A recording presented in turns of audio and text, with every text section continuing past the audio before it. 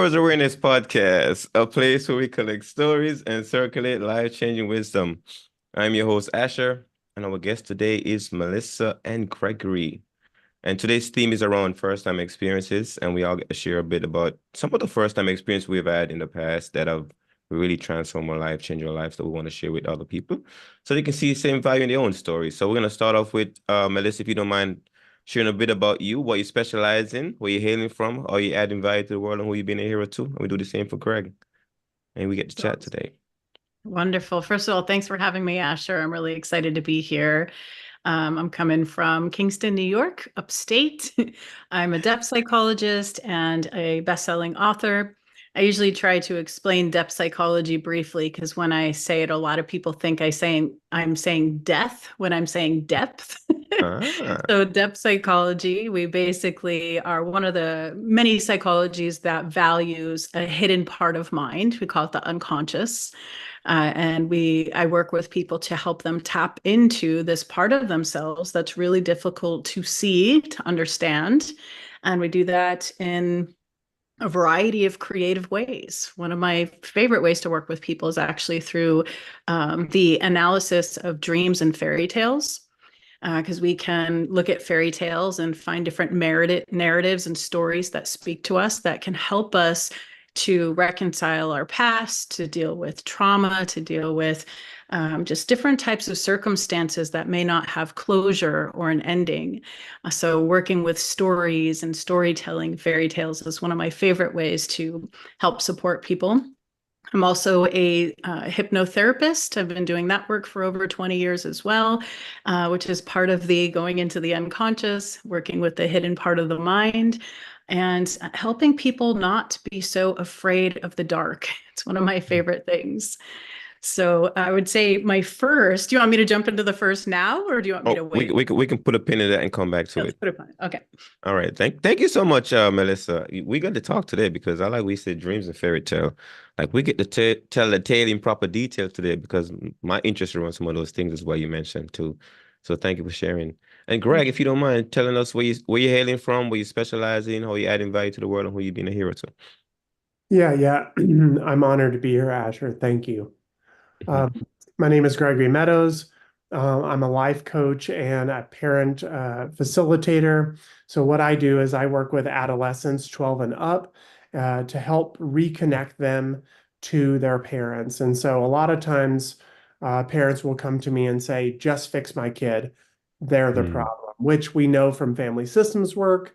That's usually not the case. So I end up working with a lot of parents who have children that are struggling with behavior issues, truancy issues, drug-related issues, and they could have been impacted by abuse, neglect, or trauma. And so I work with them one-on-one in sessions, both virtually and in person. But I also teach a virtual parenting class as well to help parents find empathy again in the midst of a conflict cycle where adolescents and parents can't seem to get on the same page with communication, with values, with boundaries, and things like that. So I really try to reconnect them through the virtual parenting class or individual sessions. And I am calling in from Denver, Colorado today. all right. My favorite state in the United States is Colorado. So, all right. Interesting. Melissa mentioned Kingston, New York, which Kingston is the capital of my home country, Jamaica, which we kind of have some kind of connection here. So I love this right here. I love this right here. So we're gonna start off with you, Melissa. We're gonna jump into your world.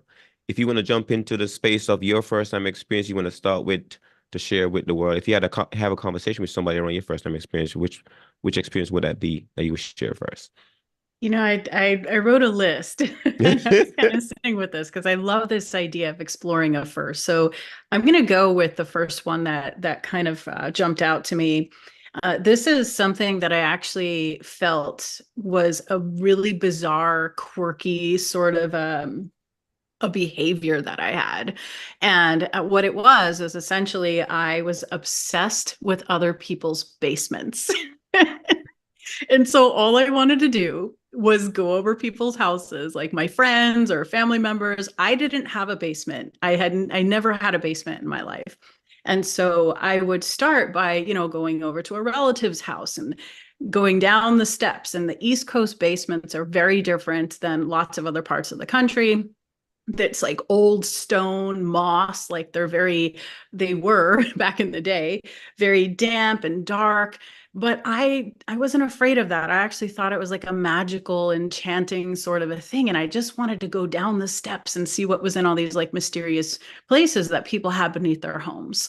And I picked this as one of my first because it's something that I initially felt kind of silly about. I thought it was a quirky, strange thing that I almost felt a little bit ashamed, or, people picked on me for it, or thought it was like such a strange part of the personality. And what I discovered through this idea of like wanting to explore basements is it was actually very telling of what my career would become later in Mhm. life.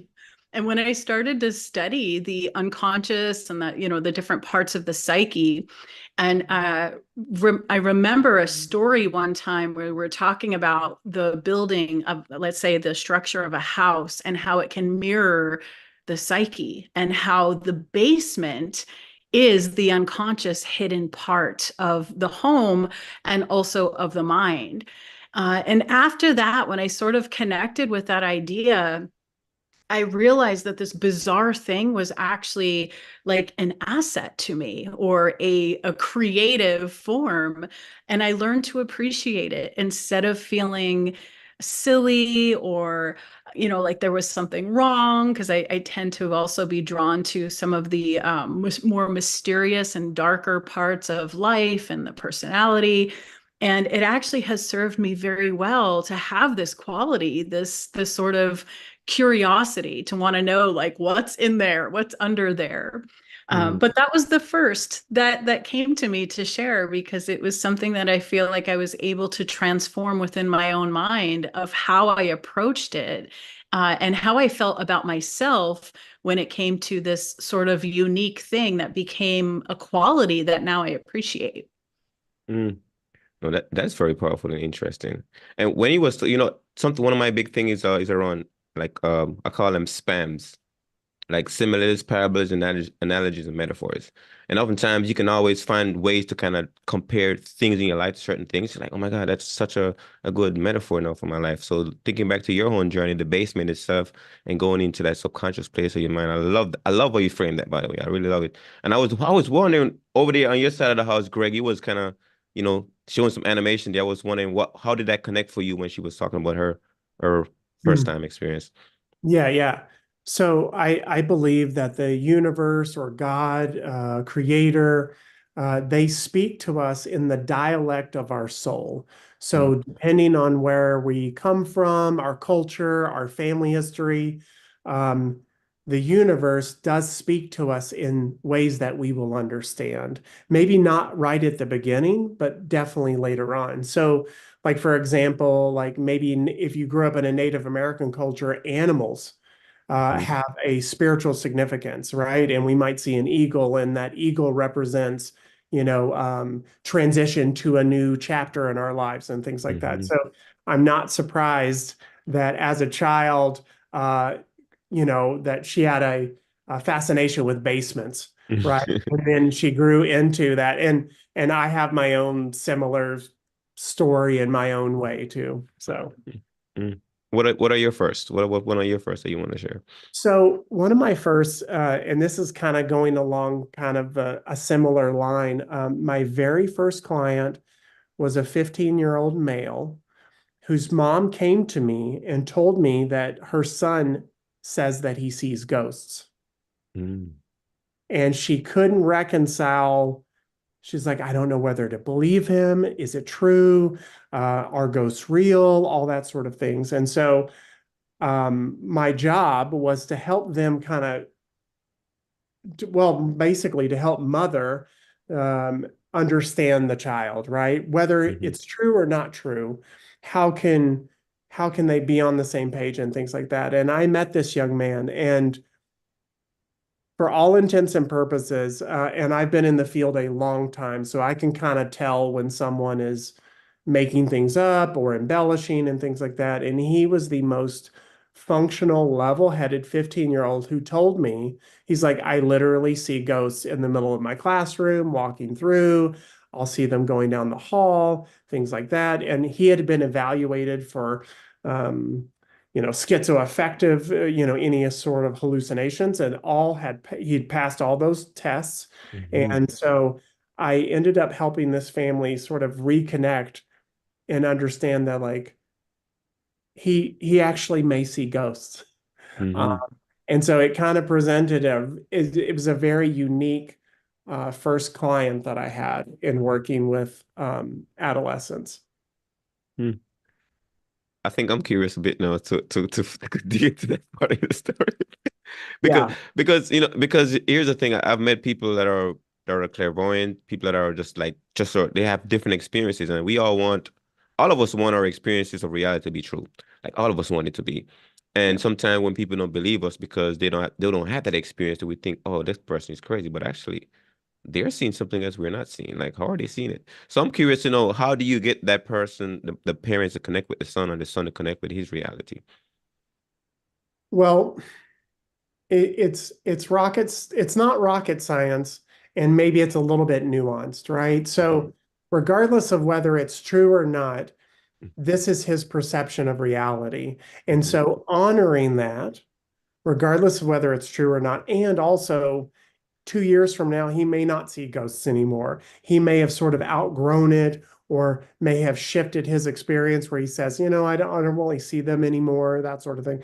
So really, helping mom connect with him and validate his experience, right? Mhm. Um, Speaking specifically around ghosts and things like that, like, we see a very, very small spectrum of light out of the total spectrum, right? And Yes. so, and science proves that there's more than three dimensions. So it's entirely plausible that most of us just don't see that, and some of us do. And so helping mom understand that whether it's true or not, it's about the relationship, right? It's Mhm. about making sure that if he has a fearful experience, or if he needs to talk about something, that she is there for him and she is connected to him in relationship, and that the story doesn't um, circumvent or supersede the relationship in a sense. Does that make sense? Yeah. Yeah, that's interesting. When Melissa was talking earlier, when she was talking about let's go into Melissa's basement really fast. I was thinking about Home Alone. You know that one scene when he was like scared of the basement. I don't know if you guys Yeah, remember that yeah. scene. And I was like, oh my God. He's like, okay, it's not so scary anymore. But Melissa, back to your side of the house, inside of your basement right now. What is showing up for you when we listen to Greg share his part of the first time experience? I love this so much because what I didn't say is one of the things I wrote down deeply connects with what Gregory just shared. The reason I even got into the work that I do is because I had those experiences and nobody believed me. Well, I shouldn't say that. My mother did believe me, but there were a lot of others that didn't believe me. And I had very unique evidence, let's just say, of things that I couldn't explain how I knew them, accurate Mhm. information and details, and it scared people. And I'll never forget the feeling of scaring someone from just being myself and what that ripple that can have. And so that is deeply embedded in the work that I do, helping people to feel safe and not to be afraid of things that they don't understand. Because often when we don't understand something, our first instinct is not even necessarily just to like maybe avoid it or to say it's wrong, but even I'll just go as far as to say, like, some will just say it's evil. So Mhm. instead of like what the beautiful work that Gregory's doing, helping people, whether it's true or not, to stay in this place of possibility, to validate the perception, that can change someone's life by having that. So I was just absolutely moved by this because I'm like, this synchronicity of how this is unfolding is absolutely beautiful. I went with the safe story, which was the basements instead of the seeing ghosts. So interesting how things just come to surface anyway, right? Yeah, When I they're love it. meant to. So Yeah, I'm so grateful that you chose that experience to share. No, that's beautiful. Very cool. There's a saying that says, "Our five sense perception can only detect what comes and go, just Mhm. like we can only detect like light and darkness, right?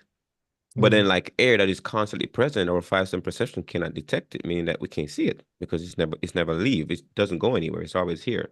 So then it comes back to what you can see because most of our five sense perception is trained to see what comes and goes, right? But not what's always present. So I always think about that when people are saying that they're recognizing things. Maybe you got sixth sense that mine just not awakened yet, and I can't believe or disbelieve. You just gotta validate and acknowledge what you're experiencing, and Yeah. oftentimes that's what people are really looking for. Yeah. Hmm. Any more first time experiences, Greg? Let's see if you pull off something off Gregory. Let's see if you put some of Melissa's list. I'm gonna see how much synchronicities happen today. Yeah, yeah. Okay, I have the let's list. I'm serious. okay. No, I have a term. I say I have psychic Tourette's. So sometimes I will bring up or mention things that I don't consciously know, but relate to the other person and things like that. So I think that was an example of how I pulled something like, that was relevant, but I Mhm. didn't know that it was relevant to Melissa. Mhm. So I would say that another first for me, in working with hundreds of children over my career from ages 4 to 22, I was working with one young man, and it was time for him to learn how to ride a bike. And he had a single mom family, no father in the picture, and so like just the process of helping him learn how to ride a bike was a very fatherly experience for me to see him like pedal. Now he's balancing, now he's got it. And I was just like, it was a very touching moment for me Mhm. to be witness to something that he will be able to do for the rest of his life. And I was there at this pivotal moment. It kind of like, I was a guide along the way. So I just happened to be there for that time, and I helped him learn how to ride a bike. And that was just a really like touching, moving experience for me. That sometimes I get to be a surrogate parent to Mhm. children, or I help bridge the gap between their parents and them. And so that's an example of just how like just a wonderful example of how I got to be kind of like a dad for this kid who didn't have a dad. Hmm. I'm curious, Gregory, why is the work you're doing in your specialty so important for you right now? Um, I truly believe that we could change the planet in one generation if we got parents on board, because children have not been beat down by the world. They still have imagination. They still ask questions when adults don't ask as many questions because they already accept the no. And so, if I can help parents steward their children into their greatness, the children already want to change the world. They already are looking at all the things we're doing or not doing to not make it better. And so they're asking questions, they're being bold, they're using their imagination to invent things or to talk about topics. And so the work I do is contributing to helping this planet change Mhm. itself holistically for the better. And I believe that we can do that in one generation if we just get out of the way as adults. Mm. That was powerful, by the way, Gregory. That was really deep. And it brought me back to something Melissa said earlier. She talks about dreams and fairy tale and how she used that system or that construct to really create the right kind of context for people to kind of filter their story into or their content into. So Melissa, going back to dreams and a fairy tale, I'm curious about your side of the house when it comes to that one. Why you share that early in your opening? Sure. Sure. There's so many different reasons, but one that just kind of jumps out at me is even just the idea of a nightmare. And, dreams are fun. We have the literal dream when it comes to the waking state where we want to create something in the world or do something, and it's often charged with this wonderful, powerful energy. And then we have dreams that occur during our sleeping state, while we're deep at rest, and we have these images and metaphors and things that are unfolding through the psyche, through the soul. And it's interesting because nightmares are sometimes sort of categorized as negative or bad because they're intense, because they are often filled with images, movement, feeling, sensation, that we haven't yet learned how to break it down or understand. Not understanding necessarily with just the mind either, but with the whole self, like with an embodied somatic type of experience, which is very body based.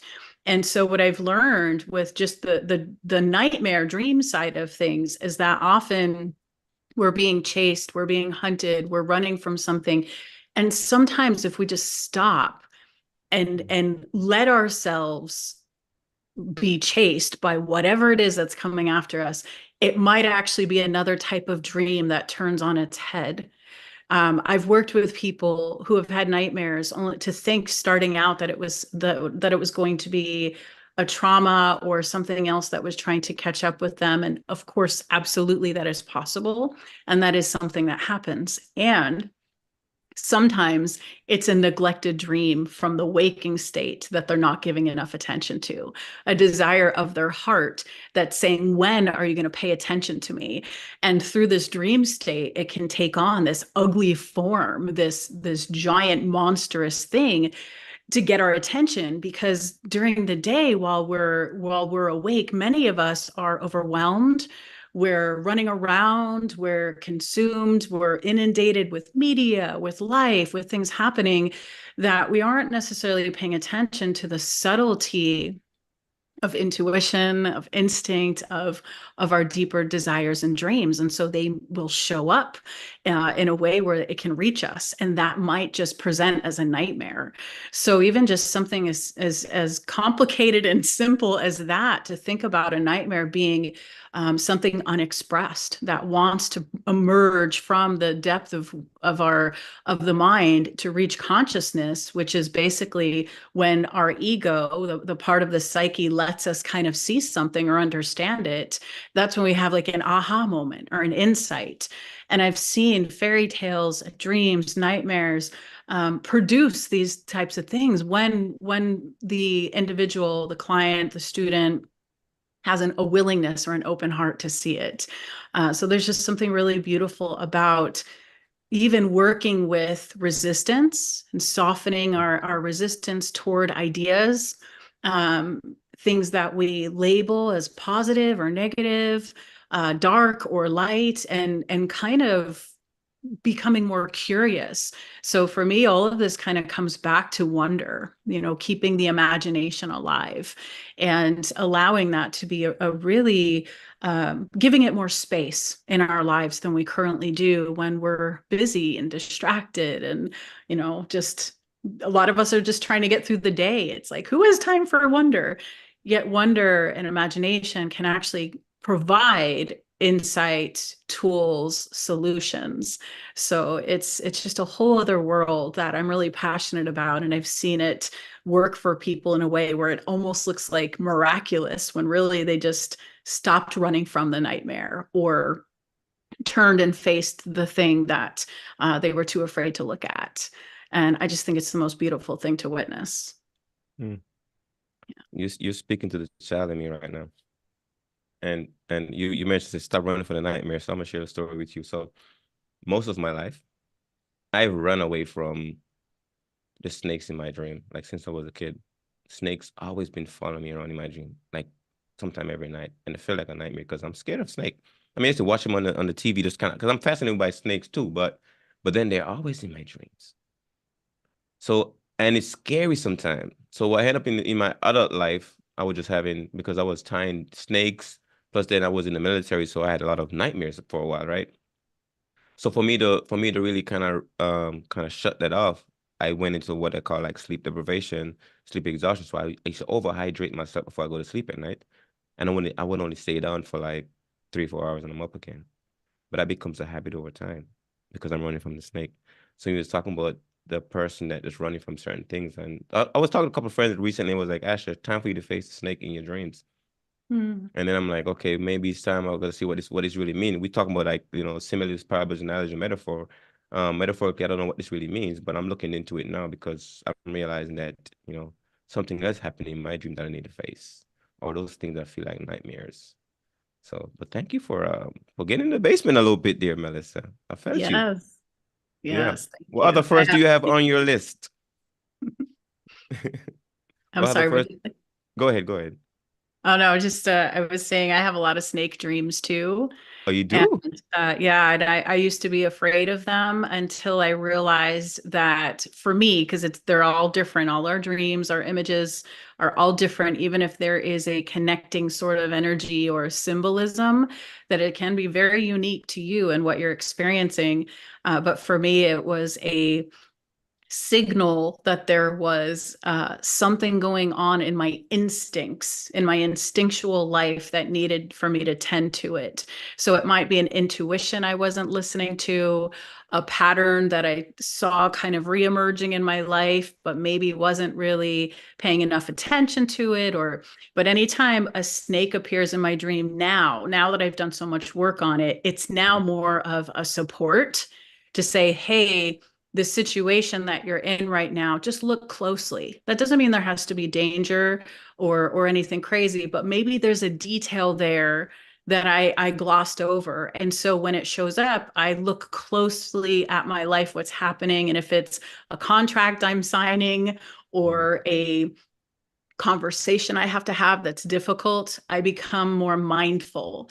And that changed everything. So Mhm. it'll be interesting to see if you focus on the snakes, do some free writing on it just to see what kind of comes out and see if there's any patterns that are associated with it for you. Thank you so much. Patterns. I know. I was thinking deeply. I'm starting to see there's value in the symbolism and sometimes the real deep things in the basement I need to focus on. Thank you. What else on your list, Melissa? Oh, my list. Let's see. Let's pick one more off of it. One more first time experience. One more. Um, you know, this speaks to intuition and a lot of the things that we've kind of all been sharing, listening to intuition and the different ways that can manifest and appear for us. And I remember one of my first intuitive experiences that saved my life. And it absolutely it opened a door. It did something for me that really got me thinking that there was something else beyond what I could see that was either had my back, was working through me, however, you wouldn't want to word that or understand that. But essentially, the short version is I was in a vehicle with a few people who were probably just as tormented as I was at the time during this really difficult period of my life. We were all involved in a lot of just heavy stuff, drugs, and just living a really, really frightening lifestyle at that time, I'll just say. And we were driving and we had gone to someone's house. And while we were at this house, I was chatting with one of the people that was there. And I had this feeling, this overwhelming feeling, nothing else with it, no image, no knowing, no story. I couldn't piece it together. I just had a feeling and it felt like my body was trying to get my mind's attention. So I'd never had it like that before. And it almost felt like my nervous system was sort of like on fire. It was very strange, very electric. And I couldn't ignore it. So I kept paying attention to that. We get back in the car to leave, and they want to take a trip to the city. And I'm like, bring me home, drop me off. I wasn't that kind of person. I was a people pleaser. I was very much, I didn't use my voice. I didn't know how to speak up. I didn't know how to stand in my power. I hadn't learned any of those lessons yet. So for me to say, no, bring me home, it was almost as if, I just did a 180 in my personality. So, of course, when I started to say that, the driver was like, no, you're fine, just come with, and tried to talk me out of getting out of the car. And this feeling kept building and building and building. And finally, I just lied and said, I feel like I'm going to get sick. I don't feel well. Please just bring me home. They drop me off.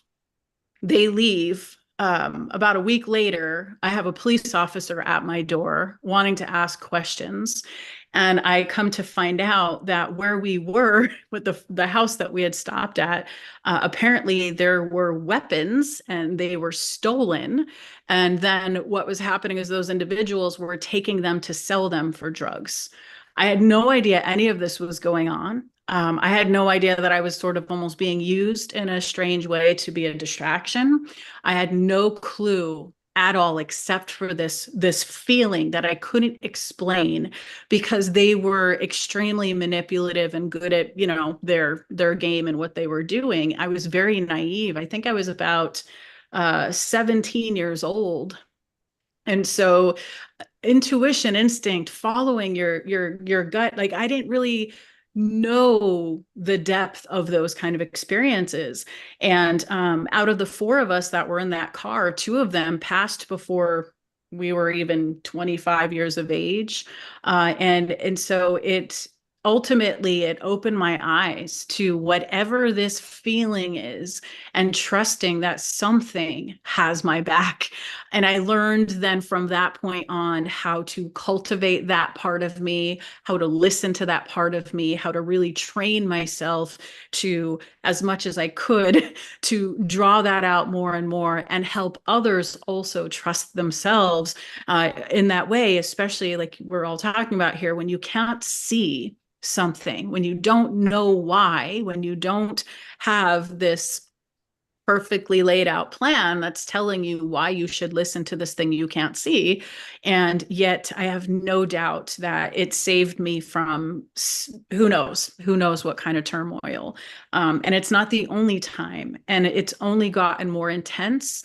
And now when I listen to it, though, it also has beautiful, amazing, a lot like synchronistic qualities. So it isn't just about the scary, frightening, protective experiences, although that's a part of it, but it's also the same part of me that I feel has also opened doors for me in my life and my career, my relationships.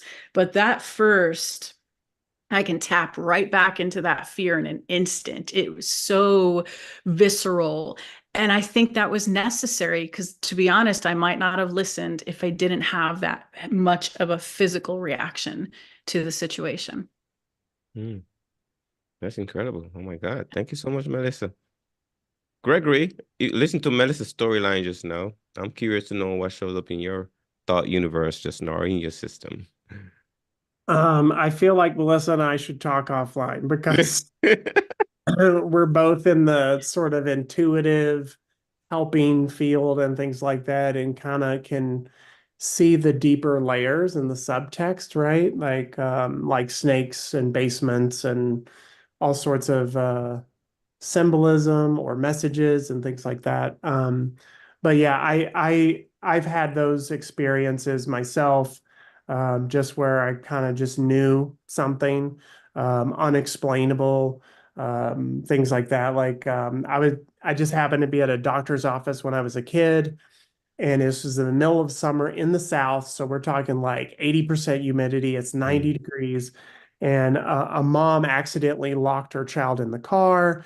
I was like 10 or 11, skinny as a rail still. And and then went out there, and a man, like, I just stood there for a second and I was watching all this happen. And then all of a sudden I just knew that I could stick my hand down in the little crack of the window and unlock the car. And I like walked up, and the guy was like, the man like pulled on the window hard enough, and I slipped my little skinny arm down in there and unlocked the door and saved the kid, and just went back in, and like was like, oh, I did something cool. Okay. So just little things like that about being in the right place at the right time. And I really don't believe in accidents.